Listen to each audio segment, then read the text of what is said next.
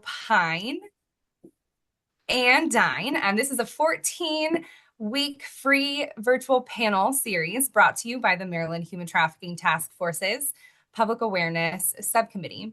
My name is Danielle Thomas, and I'll be your moderator tonight. I am the Victim Services Coordinator for the Governor's Office of Crime Prevention and Policy, and I'm honored to be guiding our conversation this evening. Tonight's session is on Human Trafficking 101. We have an incredible group of experts with us that I'll introduce them in just a moment. But before we do, let's dive into just a few housekeeping items.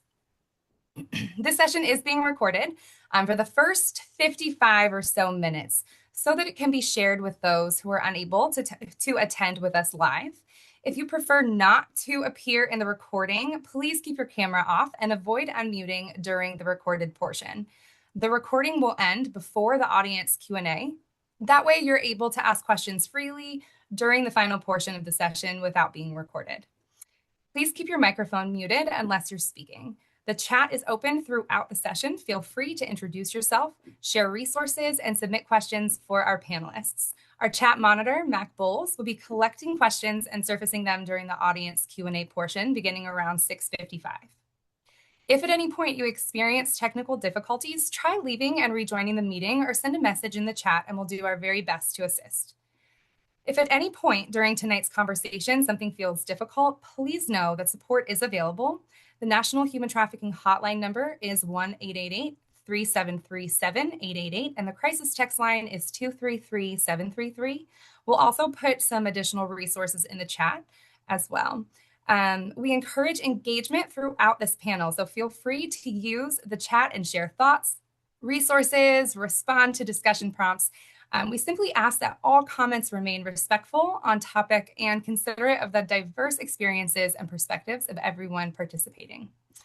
So let me go ahead and introduce tonight's panelists.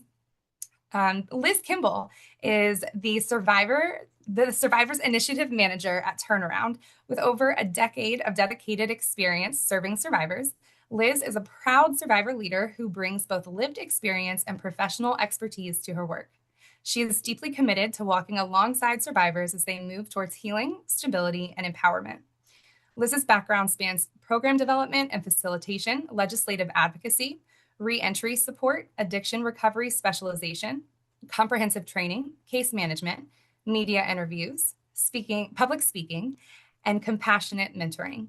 She has a gift for creating spaces that feel both empowering and safe, whether she's facilitating a group, training professionals, or sharing her story on stage. In addition to her advocacy work, Liz is a certified yoga teacher and life coach. She integrates mindfulness, movement, and strengths-based coaching into her approach, helping individuals reconnect with their resilience and build lives rooted in confidence and purpose. Liz, thank you so much for joining us tonight. Next, we have Melinda Boyer. Melinda is a dedicated advocate for vulnerable populations and survivor empowerment, with extensive experience supporting individuals impacted by sexual assault and human trafficking. She earned her master's degree from the University of Maryland School of Social Work and began her career in the public child welfare system. Most recently, Melinda served as a regional navigator, collaborating within multidisciplinary teams to provide comprehensive support and resources to victims, survivors of sexual assault and human trafficking. She currently contributes to outreach initiatives with the Maryland Human Trafficking Task Force, further advancing efforts to combat trafficking and support survivors across the state. Melinda, thank you for joining us. And finally, but not least, we have Candace Parrott, who is a subject matter expert in the human trafficking, whose work spans direct survivor support, life coaching, public speaking, and social entrepreneurship. She has dedicated her career to empowering at-risk youth, trauma survivors, and individuals ready to begin again. Candace is the founder and executive director of Freshwaters, Inc., a nonprofit providing survivor support, life coaching, financial literacy, and personal development programming. She co-chairs the Public Awareness Committee for the Maryland Human Trafficking Task Force and leads Turning Point Ministry at First Baptist Church of Glenarden, a faith-based space where individuals find support in overcoming life's most difficult challenges. Her roots in advocacy run deep. She has served as a court-appointed special advocate for foster youth, a victim assistance advocate, and as the president of the Maryland Association of Victim Service Providers. Candace has been honored with an honorary doctorate in ministry leadership and the President's Lifetime Achievement Award presented under the Biden administration. Again, Candace and all of our panelists, welcome. We are glad you are here. I would love to stop talking, so I would love to get into our very first question. It's going to be addressed to all of you. But really, let's start and get into the foundation. And Liz, we'll start with you. What is human trafficking? Hey guys, thanks for having me tonight. So the broad definition of human trafficking is the exploitation of a person for labor, services, or commercial sex, as in a sex act in exchange for something of value, either through the use of forced fraud or coercion, or if the person is underage, so under 18. And then we always like to point out the three core elements of the AMP model, and that is the act, what is done, whether that's recruiting, transporting, harboring, or receiving a person. The means is how it's done, threat or use of force, deception, fraud, coercion, abduction, or the abuse of power and vulnerability, and the purpose, why it's done. So that can be exploitation, which could be forced labor, commercial sex act, debt bondage, domestic servitude, or slavery. Thank you. Melinda, I'm going to throw it over to you next. What would you like to touch on in regards to that foundation? What is human trafficking? Sure. Thanks, Danielle, and thanks for having me here this afternoon. So my answer will be a little bit different from Liz's, and I'll be focusing more on child trafficking and specifically child sex trafficking. So federally, child sex trafficking is the involvement of a minor under the age of 18 in a commercial sex act. And this definition comes from the Trafficking Victims Protection Act. It's a broad definition, and it's broad for a reason. Under federal law in the US, there is no need to prove force, fraud, or coercion when a minor is involved. In fact, those elements do not need to be present at all for a commercial sex act involving a minor to be considered child sex trafficking. The key elements are that a person under the age of 18 is involved in a commercial sex act, meaning that something of value is given or received in connection with the act. This does not need to involve sexual intercourse, nor does the thing of value have to be cash, which I think a lot of people usually consider it being cash. For example, a minor might be persuaded to provide a sexual image in exchange for transportation to school, food, housing, gifts, or other benefits. Another example could be the exchange of a Roblox gift card for a sexual act. And these are some examples that the general population might not be viewing as child sex trafficking. However, under the federal law, these types of exchanges can fall within the definition of child sex trafficking because they involve that commercial sex act and a minor. Thank you. I really appreciate your insight into that. And Candace, just to kind of piggyback off of what Melinda was saying, can you kind of get into a little bit different types of human trafficking, but really expanding on what Melinda was saying in regards to child sex trafficking integrated into familial trafficking? Sure. And again, thanks for having us, and thanks for everybody who showed up tonight. You could have been doing something different, you chose not to. So before I jump into that, though, I would like to say what it is not. And I know we'll get into the myths and things, but it isn't that white van snatching. It's exactly how both Liz and Melinda explained it. And when we talk about the types of trafficking, we have the gang controlled, which is exactly what it is. It's what goes on in the gang stays in the gang. Very often the law enforcement have their own way of targeting that or going after that. When we talk about the $150 billion industry, we realize that a lot of that goes into the gangs also. It's used for gang initiation, but it's also used to fund their activities. One of the most common ones that people don't acknowledge is familial trafficking, which is exactly what it sounds like, right? Family members trafficking their own children to be able to afford their bills. We know that in today's climate, with people losing their jobs, people losing their benefits, that we have seen an uptick in that. And so again, even though we are not fine on the statistics, we by all means know that there certainly has been an increase. So a lot of the cases that we see are young children that are being trafficked, whether it's being put out there to pay the rent or whether it's put out there to put food on the table. Again, familial trafficking is huge. Then we have the trafficker controlled, which is the obvious. They have a trafficker. And then we have the non-trafficker, which will tell you it was a child prostitution. Whereas, as Melinda said, there's no such thing as child prostitution. It's a form of child abuse. So when they are using the children for this, and it may be them picking up a runaway, it could be they're cold, hungry, whatever. As Melinda said, anything of value in exchange for a sex act is trafficking. And so when they think, yes, we're picking up a child who offered themselves, we'll say, nope, if there's no such thing as child prostitution, you in fact just traffic that child. Thank you for expanding on that. I'm going to stick with Candace for just one more question. Could you really get into what human trafficking actually looks like here in Maryland? I know you touched on that a little bit with the child trafficking, but is it only happening in Baltimore, and is it just sex trafficking? Nope. So it depends who you ask, right? And everybody wants to feel like it doesn't happen in my county. But what I can tell you is there's not a county in Maryland that it has not touched. So it's whether people want to acknowledge that it's happening in their community. A lot of people will say it's a foreign issue. While we know it's a foreign issue, it is also a major issue in Maryland. And why? We have that 95 corridor. So when they're transporting the individuals from New York all the way down to Florida, again, that state highway. There's the local highways too. We have 3 major airports, international airports. So if people are coming in on business, there's those surrounding hotels where they can put them up, and there's a lot of trafficking activity that happens there. 3 large casinos. We know that there is a lot of business that goes on with the casinos. We have the sporting events. Whenever there's sporting events, it draws the crowd, right? You've got your food of choice, drug of choice, child of choice. That's the reality of that.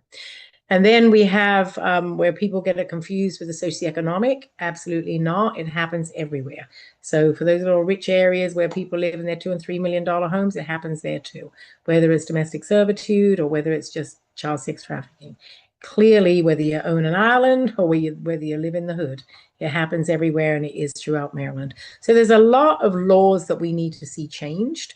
So when people say, why Maryland? I say, why not Maryland? Because of all of those reasons that we absolutely do support it when we should. Yeah, thank you for that. And I know that I want to open it up to Liz and Melinda, because I know both of you also work here in Maryland, and I'd love to see your perspectives of what, from your perspective, what human trafficking here in Maryland looks like.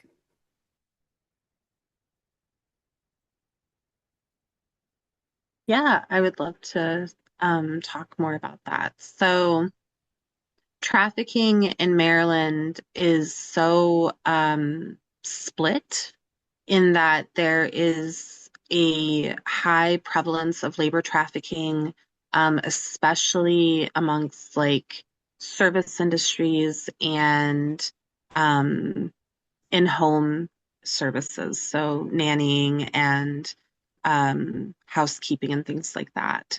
And then on the other side of that is sex trafficking. And what we're seeing a lot in that realm is child sex trafficking or sex trafficking of younger people who are vulnerable. And those often outwardly look like potentially relationships and a little under the surface domestic violence included. And so initially it can be pretty hard to detect.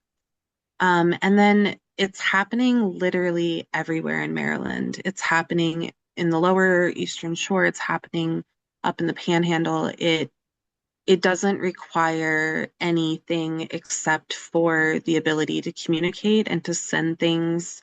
It can happen inside someone's bedroom. It can happen, outwardly out in the community, but it is happening everywhere, and Baltimore is not the only place. I think Liz really hit well on that answer, and I just wanted to elaborate a little bit about what Candace had mentioned. Again, she had said it happens in every single county. And just to expand on that, a person can come from a wealthy, safe family and have a college degree, or it could also be someone who is struggling to make ends meet. And maybe they had a dysfunctional upbringing. But it can also be somewhere in between that or a combination of all of it. Either way, human trafficking can happen to anyone at any time and any part of the world, including here in the US. But we just have to open our eyes more to see what it actually looks like, and kind of work to dismantle some of those myths that we think it is. But what are we actually really seeing here? So, what would you say is more prevalent? It doesn't have to be whether it's just Maryland or overall in general. Is sex trafficking or labor trafficking more prevalent in the trafficking victimization? I feel like the sex trafficking is more spoken of and it's more out there. Labor trafficking is certainly creeping up and catching up. That's what I see. Yes, Melinda? Yeah, I think you have it right there. It's a little more subtle, I think. It's like what it looks like outwardly is more socially acceptable than what sex trafficking would look like. And then I think the other thing is that we only have what's reported. So really, we know in our field that what's happening is far bigger than what we actually have numbers on. So it's really hard to say which one's more prevalent because we just don't know based on the lack of reporting. I agree completely with both of you, especially the fact that we only know what is reported. So how much is not being reported? It's happening in homes, it's happening in bedrooms. It's people that are thinking it's a myth and aren't actually sure if they're being trafficked or not. And again, I feel like when we think of trafficking, oftentimes we think of sex trafficking, and less often are we thinking about labor trafficking. But that is more often what is in plain sight is that labor trafficking. It's people that we see working every day, that we don't realize are actually in trafficking situations. I am, and I'm gonna try to find the link, but there it was a link that used to I used to have off the top of my head, but it is kind of like a quiz, and it goes through and asks you the things that you own, and calculates, I guess, the best that it can, right? Because all of these things are rather calculates how I think it's how many slaves work for you just based on the items that you own, like the battery chip in your cell phone or those kind of things, where you get your orange juice, the amount of Amazon packages that I may or may not have on my front porch currently, and fast fashion. Those, so I think that it is, like Melinda said, very like quietly integrated within our society, a lot more than we realize. And one more just question regarding labor trafficking, but really would love to get into, and I'll throw this out to anyone. But forced criminality within youth that kind of fits within that labor trafficking mold. Slavery footprint. Thank you, Althea. That's what I'm thinking of. I appreciate you. Anyone wanna jump on my fun question that I threw out at you without any prep? I think, again, we only know what's been reported and recorded, but there definitely is an element of labor trafficking or at least exploitation within forced criminality and even within things like sex trafficking. So, one of the things that was really important to advocates over the last couple of years was making sure that children who have been trafficked are not then being arrested and charged and prosecuted for crimes that they committed because they were being trafficked. So within just like my experience of being trafficked, I was being sexually trafficked, but I was also being labor trafficked, and that I had to do things that were criminal. And so I could have had that double layer of issue to work through, on top of the lifetime of healing from stuff like that. So forced criminality is a huge thing. but also we see it in gang activity as well. Thank you for expanding on that. I appreciate it. Speaking of vulnerabilities, Melinda, gonna throw it over to you right now. What would you say, or I guess who would you say is most vulnerable to being trafficked? And what if any, conditions or circumstances that create specific vulnerabilities? And if that's not enough already, I'll throw some extra at you. What are some indicators or red flags that someone may or may not be being trafficked? Sure. Thank you, Danielle. If I leave anything out, please let me know. So there are some elements that can make somebody more vulnerable to human trafficking. But before we get into them, I just want to preface this by explaining that just because somebody has these elements doesn't mean right off definitely being trafficked, or that they will be trafficked in the future if they have these elements. But we do know that traffickers tend to prey on those that do have vulnerabilities. Traffickers look for gaps that they can then fill. They look for somebody that has vulnerabilities or just an empty space missing in their life that they can then jump into and fill, and then take advantage of that vulnerability or just that missing piece in their life to fill that need. So I hope that makes sense, that if you or somebody that you know has any of these vulnerabilities, it's not a definite, but just something to keep an extra eye out for and watch out for to recognize. So jumping into this a little bit more, some conditions that could make somebody more vulnerable could include a lack of safe, reliable housing.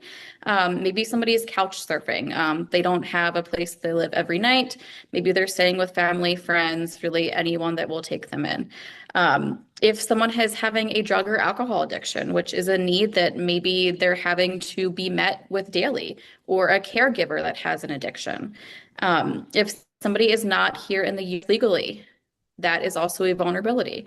If a youth that is coming from an unstable family, and they're lacking and longing for that love and affection, again, that's a gap that can then be filled by somebody. If someone that has a new charge on their record, maybe now they have a felony and now they're struggling to be accepted for a job that they've been applying for the last year, again, can make them more vulnerable. All of these are just some examples that, again, create gaps for traffickers to then step into. So for instance, the person that is couch surfing might be approached by somebody from a Facebook ad that they created looking for a cheap room to rent, and they might offer sexual services in exchange for a room, and then it turns into a trafficking situation. If somebody has an addiction, that alone is a need that somebody else can fill, maybe by first being an intimate partner to them and then providing them with drugs or alcohol if they comply with being posted on dating websites. This is a vulnerability that will then benefit that trafficker's need. If a person is not here legally, a trafficker can then use that to their advantage by stating that if they don't work for them, they will not help them obtain a green card like they promised to when they first came over here to the US. The youth that has that desire to feel loved might look for outside love that's outside of their home by meeting people online, which then can turn into what they think is a relationship, and filling that need. But then they end up exchanging something of value for a sex act, with, again, that alone being considered child sex trafficking. And then lastly, that felony example. So somebody with the new felony on their record might be approached by some employer who's promising them to help them with having safe housing and having a livable wage. However, they get into that situation and the housing is not livable. It's inhumane conditions that they're living in now, and they're not making what they were told that they would be making originally. So all of these are just some examples that some traffickers might use to then fill a need that somebody else has, just simply for being in a vulnerable situation. Some other red flags could be somebody not having possessions of their ID or other documents, a person who's accompanied by somebody else who speaks on their behalf. Maybe you notice someone sitting beside you at the doctor's office, but they have a friend there with them and their friend's doing all the talking, and the other person beside them has not spoken up once about their own medical needs. That's a major red flag. Maybe you're talking to a friend and all of a sudden their story about how they met their significant other just seems very scripted and almost rehearsed, like somebody is feeding them that story to tell. Maybe it's the minor who's coming to school or home with items that they can't afford on their own, or the youth that's dating somebody much older than them. Again, these are all just some examples and red flags. Not that it automatically means someone's being trafficked, but some things that you can keep an eye out for. Yeah, and I'll piggyback off of that because you really did hit on the majority of those. I'll add to that a huge population that we see of the foster care kids. And with them, again, trying to compete with a trafficker who's telling them your own family didn't want you and you've been bounced from foster care home to foster care home. Yes, they're going to be those runaway kids. Yes, they're going to be those ones that are looking for love in all the wrong places. But I also think we have to preface it with how they get our children, right? Because it doesn't happen overnight. Like I said in the beginning, it's not that white van. They're not being snatched. It's not what most people think. And exactly to Melinda's point, they're usually meeting them online.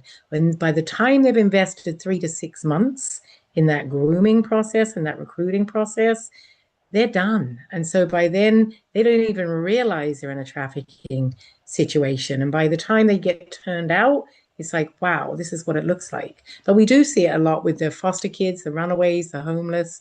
Like I always say, they're either running from something or to something. We can't tell them what not to run from because we may be taking them back to a trafficking situation, right? But what we do say is know who you're running to because while they think that person who's befriending them and buying them their meals up until that point it becomes a commercial sex act, they're believing that that person cares about them.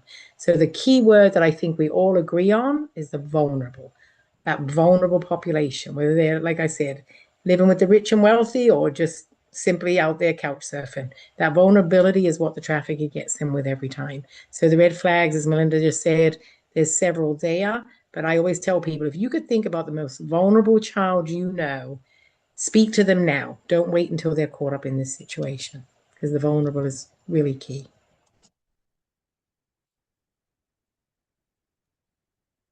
Thank you, guys. I feel like as you were talking, the word that continued to come to my mind was really manipulation. So I really kind of want to get into the other side of things. I'm going to throw it over to Liz, but really let's talk about traffickers, master manipulators, it sounds like. Who are they? Where are they? And who do you think that they are targeting? I think when we think about this question, it's one of those things where by the time we know this information, they've all evolved and moved on to new strategies, and we will have to keep learning to catch up, hopefully someday. I think Danielle hit it really well with the manipulation. So all a trafficker has to do is convince or force someone to do an act and then not help them, or if that person's a minor. So it really, like, people want to build traffickers up to be like these big bad people who will obviously be able to tell our traffickers. And the reality is we can't. We can't do that because their teachers and their parents and their peers. And there's so many different types and so many different ways. And now with the use of the internet and all the apps we have, it's even harder to really name who is doing it because so many people can do it and are doing it. Every day, someone is exploiting someone else, in a trafficking situation. I think when, again, like I was saying earlier about the intimate partner violence model, oftentimes here in the US, we see where the trafficker brings the victim into a romantic or intimate relationship and then slowly introduces the domestic violence component, and then at some point turns the corner into trafficking. We talk in our field a lot about grooming, and that's really that whole time being spent is grooming the victim to the point where once they get to the trafficking, it doesn't feel like that big of a leap for the victim. It feels like the natural next step in the abuse. We're also seeing a lot more, and by seeing means that we're actually learning about it, but it's always been happening. we're seeing more of that peer-to-peer trafficking. So this can even look like, in high school, a kiddo is in a relationship, takes a sexy picture, sends it to their boyfriend. They break up and the boyfriend shares it, and then another peer shares it, and then somebody charges somebody else for it. That becomes a trafficking situation. So traffickers can be anybody and everybody, including grandmas and teachers and preachers. The trick is observing and recognizing the abuse patterns a lot of the time. If you go into a restaurant and you see clear signs of abuse or neglect in the kitchen, or you just happen upon situations that don't feel right, don't look for who's doing it. Look for how it's being done, because that's how they're going to find who's doing it. And then I think when we think about where to find the traffickers, a lot of it is going to go back to being online. It's going to be the safest way a trafficker can exploit. So the safest way we have in our today is the internet. And so that's where we're going to see most of the trafficking. We're going to see it, adults on Roblox, like was said earlier. And recruiting kids off of online gaming is not a new thing. And I have a friend who was trafficked 20 years ago using online gaming. So it has only evolved and gotten easier for the traffickers and harder for us. We're going to see older adults having intimate relationships with children. We're going to see family sexual abuse and a potential of that family member then exploiting the child financially. So the truth is keep looking, but know that you're probably not going to spot it. And if you do, turn to your resources immediately. One question just came to my mind. I'm gonna keep it on you, Liz. Sometimes, especially being in this field, I get a lot of questions of like the human trafficking hand signal. I would love for you to touch on that. I have seen a lot of videos about this where a victim will be walking with a perpetrator and they'll grab a passerby's arm, and the passerby turns around and behind the victim's back, they're doing this to signal help, or more like this. And I think that's great. I think having a universal signal is a wonderful idea. The problem is that we could have potentially a million different signals being used depending on where we are and, geographically and things like that. And then also, how do we spread that message quickly enough? It is possible, but it is difficult. So always be on the lookout for things that seem off. And if it doesn't feel right for you, definitely, use your resources and report it. But yeah, if you hear about things, spread the message, and hopefully it will take over and we'll see, a day where that really does work effectively.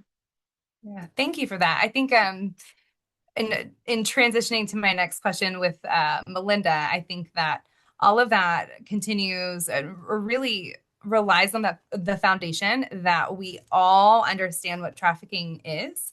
And I know all of us have worked in the field for a number of years, and we have all continued to see, especially youth across the state who may not know that they are, like Liz, you said earlier, may not know that you are in that trafficking situation because that grooming process just makes it into that natural next step.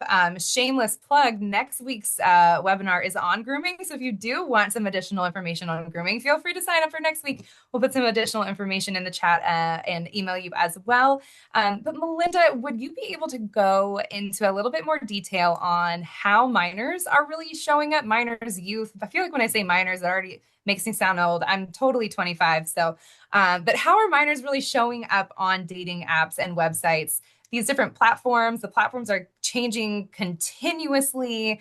I'm definitely too old to keep up with the continuous apps and things that are coming out, or third-party chats, those things. But really wondering how this activity gets used to question really if that minor, if that youth is a victim, or if they are really their own trafficker. Sure. And that is a question that I have definitely heard before, and I'm sure a lot of us in this field have. And again, I know some of us already hit on this, that minors cannot prostitute themselves. So this question is something that is really important, I think, for everyone to understand, because sometimes we see youth that are on social media all the time, or they seem like they have a new significant other very frequently who they talk to all the time. Maybe it's something a little different where the youth is dressing in a way that maybe we weren't allowed to when we were growing up. When in reality, some of these occurrences are typical and some of them can be normal for youth to be online, to have curiosities at this age, and to try to seek out the answers online if they don't have another way to get them. And when we raise questions like, well, they were on dating websites at 15, so what did you expect to happen? They were asking for it. They wanted this to happen. It is a form of victim blaming. And we went over the federal definition of child sex trafficking, and that included the exchange of something of value for a sex act involving a minor. However, that can happen, or however they're placed in that unfortunate situation for trafficking to occur and be vulnerable is not the victim's fault. It is the fault of the perpetrator who then purchased sex as a sex act from a minor. So when we ask these victim blaming questions, we're taking away from the fact that this is a minor who may or may not have been doing typical teenage things, maybe for their own survival, or if they were just placed in unfortunate situations and they were taken advantage of for whatever reason. That's not the minor's fault. And this can also be making it more difficult for survivors to come forward and disclose that this had happened, maybe for fear of being questioned like this. And when we offer youth a non-judgmental space and let them know that it wasn't their fault, they're more likely to disclose and have access to help and services that can then help them in decreasing some of these vulnerabilities that they might have for their future. So really, to wrap up that answer, the strongest point I want to make here is that under federal law, a minor involved in a commercial sex act is a victim regardless of whether others think they made poor decisions. And that, again, there's no such thing as a child prostitute. Minors cannot consent to selling themselves. So instead, that's a victim of child sexual abuse, no matter how they came to be in that situation. Thank you for that. I actually, Candace, if you wouldn't mind, I want to tap you in here because I know that you had an interesting conversation. You do a lot of work and speak to a lot of youth. And one of the things if you ever have a chance to see Candace's presentation, she definitely has some feet pictures in there. They're not hers. Trust me, I had already asked. However, there was a very interesting story, I think, that had come about that I would love for you to share. I think that would be a really interesting Sure, point to bring. sure. So I think with the youth, one of the biggest things that we cannot overlook is that online enticement, right? And so with that, I just had a youth last week in a high school that was blaming herself, as coincidentally Melinda says, because she managed to get onto an adult dating site and she's 15 and she met a 41-year-old. And so in my presentation, with the presentation of the feet picture, she said, "Are you going to tell my parents?" "No, sweetie, we're going to work with you unless you're harm to yourself." And she actually was blaming herself because she met this adult man who was offering her money for pictures of herself.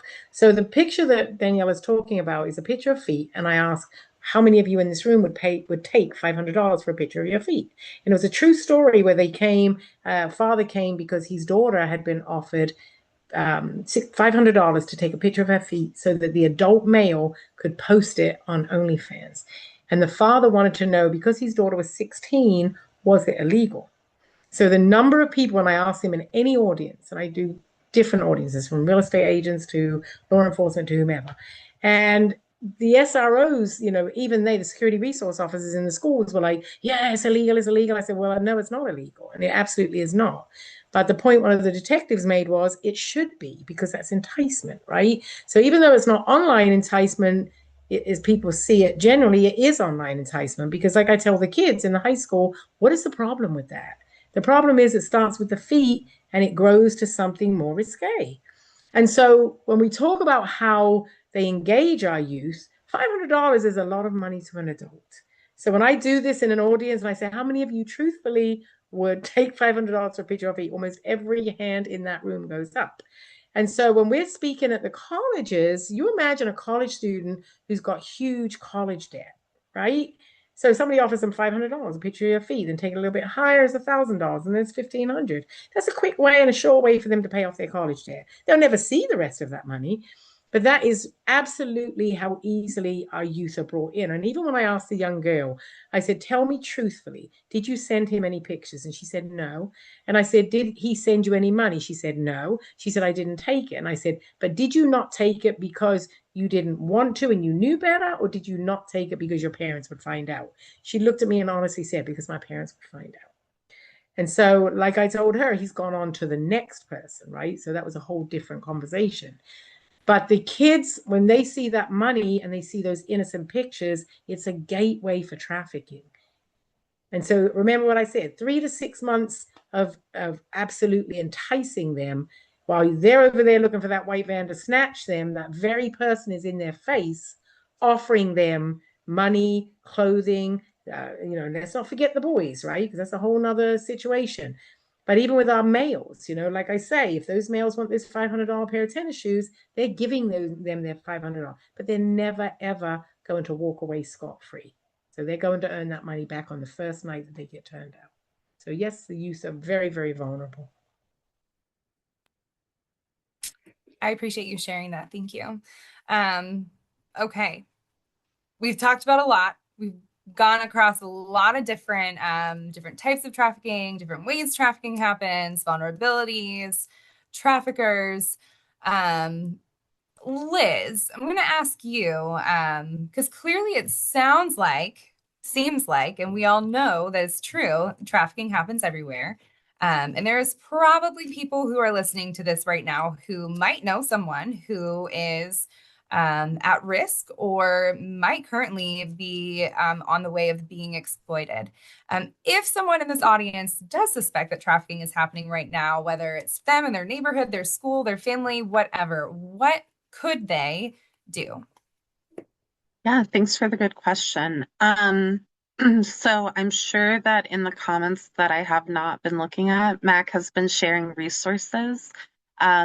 If you suspect someone is being trafficked, please, please, please use your resources. There are people, whether they're law enforcement or victim advocates, who are specially trained in responding to trafficking because of the complex nature of it. So we want to make sure we're pulling in those experts when responding.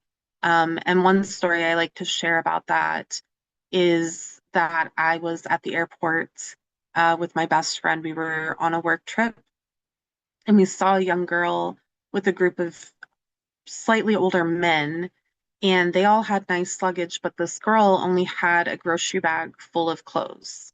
And I just thought that was so weird. And we started watching, and her body language was off, and she just seemed really uncomfortable. And the guys seemed really, comfortable with each other and relaxed. And so it was just a very stark difference. And so we got on the plane and we knew, from our experiences of being trafficked, but also of working in this field, that the last thing that we wanted to do was intervene in a physical way. And so we let the flight attendant know what we were suspecting, because it is protocol now for them to get in touch with the U.S. I'm losing my words. The law enforcement officers that are on airplanes, or directly at airports, and they will meet the victim and the potential traffickers. Air Marshal, thank you. They will meet them on the ground. before the victim can even get off the plane, or right as they're getting off the plane, so that they don't get lost in the traffic of the airports. So that's just like one way that I recommend handling a situation that you think may be trafficking, is to always refer to the people who are experts in that situation. Because even those of us who are experts know that intervening physically is never a good idea. But one of the things that you can do if you suspect trafficking, or you confirm that it's trafficking and they are youth, you can refer them to the Regional Navigator Program, which is a program that Danielle is the leader of. And you can actually get victims help in the counties in which they reside, which is really fantastic and wonderful, because historically all the services were concentrated in Baltimore and DC. And so those victims who were getting trafficked everywhere in the state only had access to Baltimore and DC services, which was not actually accessible. And then for anybody over the age of 18, for now, we're trying to open up the space to youth. I oversee the Luna Collective at Turnaround. And so what we do is we provide peer-led support groups, and we do this with a model of central wellness. So we practice a lot of breathing, a lot of body movement, and then we also go into topics that survivors can relate to. And one of the things that really works for us is that because we're not a clinical space, we're not processing trauma, we're focusing on the now and going forward, which is something that a lot of survivors haven't always had access to, including myself. And so what we're doing with the Luna Collective is providing that care that kind of comes after the crisis, but can last the lifetime. And then, yeah, I'll let my colleagues add anything they'd like to. You made me realize, it made me think of something else also, Liz, when you were speaking of that. Just a brief piece of knowledge. When we talk about there's no such thing as child prostitution, up until 2012, our youth were considered child prostitutes. It was only in 2012 when the laws changed to make it a form of child abuse. So you think of all those kids, that was only 14 years ago, that were charged, were convicted. Sometimes the trafficker got away, the buyer got away, and the child was the one that was absolutely charged. So that was a big win for us. And I was on the task force even back then. But that was a big win for us, because we absolutely have to realize who the victims are here. So I just wanted to add that, Liz. You just made me think of that. If I could just chime in really quick to what Liz said.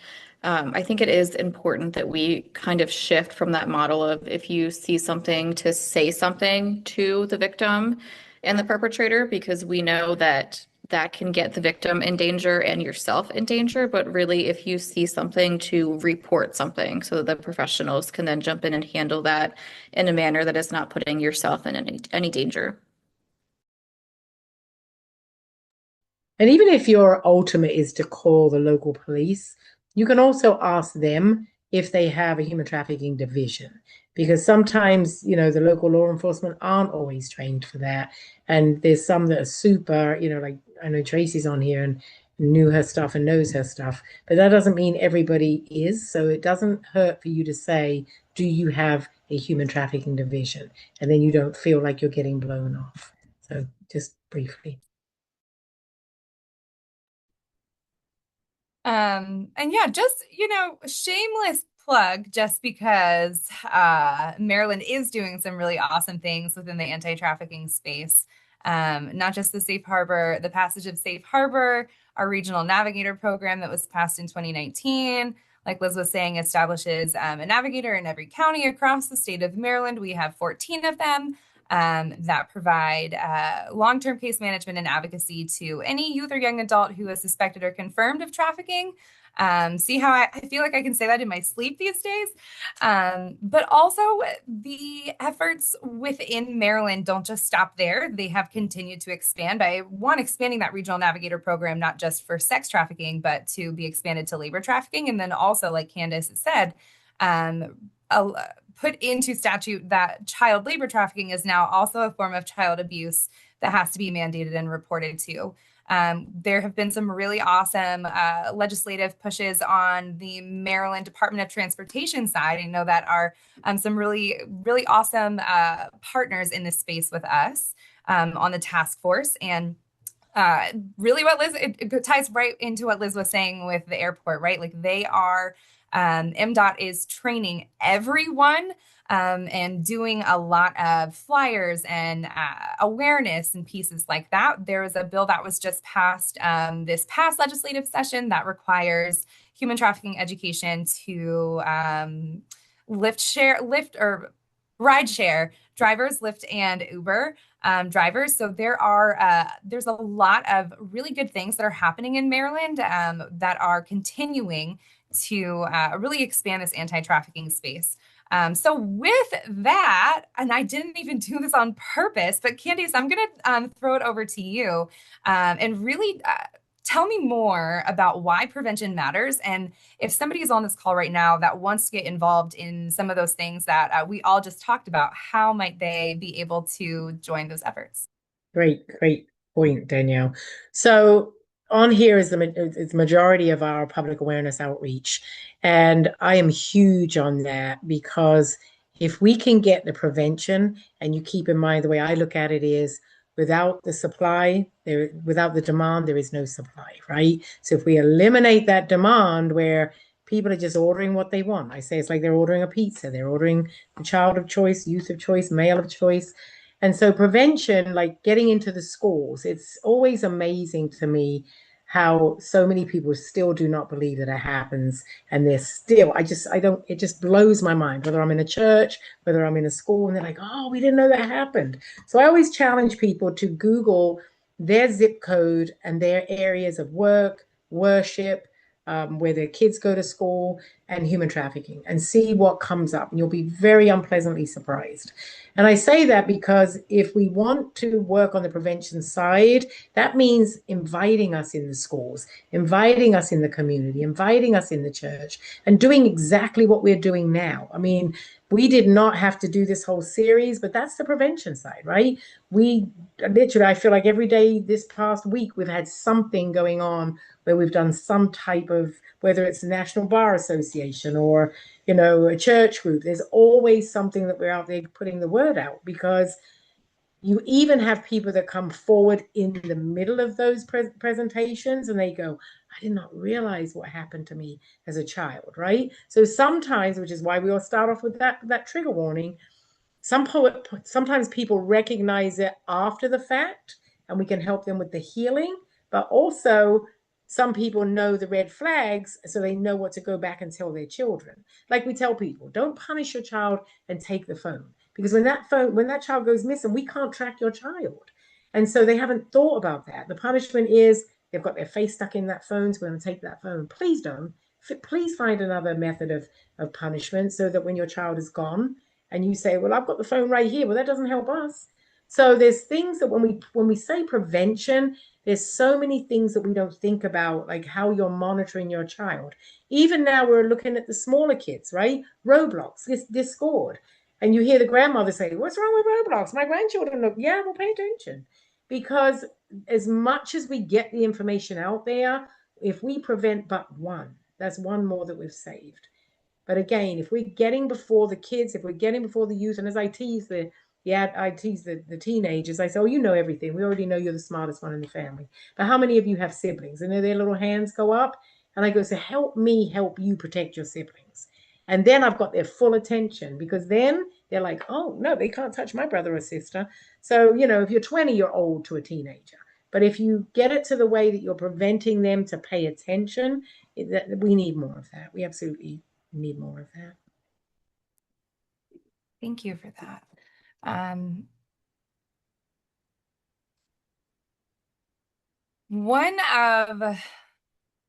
Last question here before we transition into some additional Q&A. And I know that I at least have one question, so we might start with mine. But really just throwing it out to all of you, for anyone in our audience who wants to connect with your organization, or access your services, what would be the best way to reach you? And what could they potentially expect from their very first point of contact? And I'm going to throw it over to Melinda first to talk about Maryland Human Trafficking Task Force. Of course. Thanks, Danielle.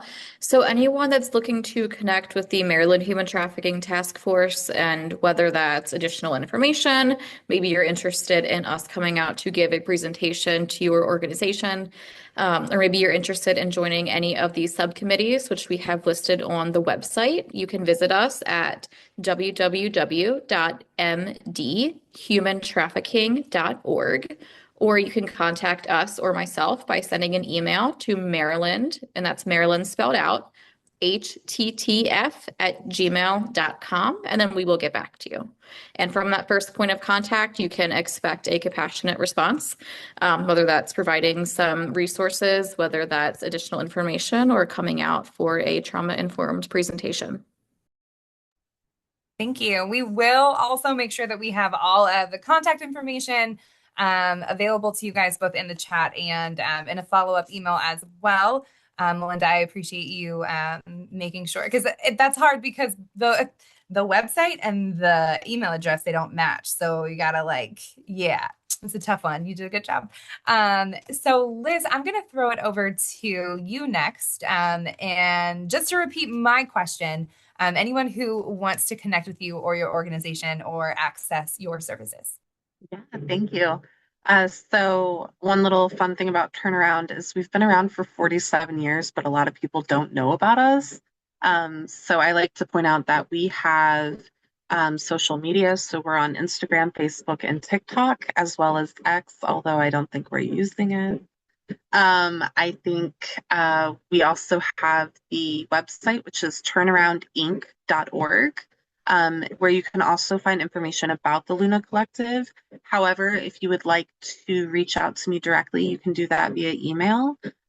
What happens typically with the Luna Collective in particular is that either I get a referral or a direct contact by a survivor. I have a quick phone call to verify their identity and that they're over 18. And then do like a super short intake.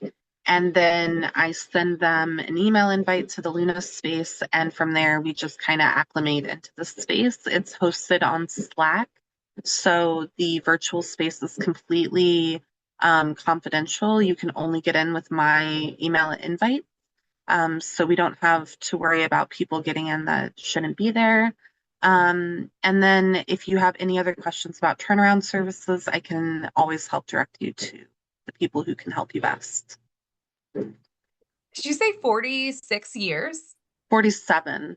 47. That's pretty incredible. Yeah.